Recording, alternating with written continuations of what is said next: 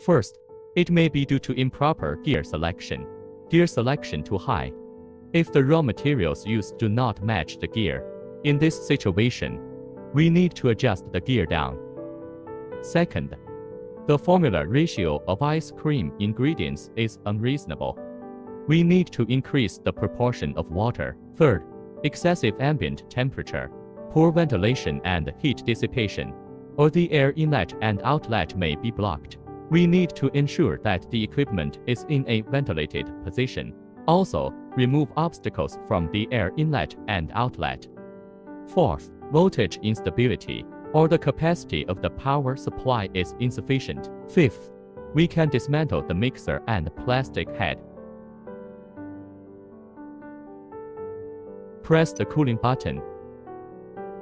Then, by checking the frosting situation of the freezer, check if there is any refrigerant leakage on the machine or poor refrigeration.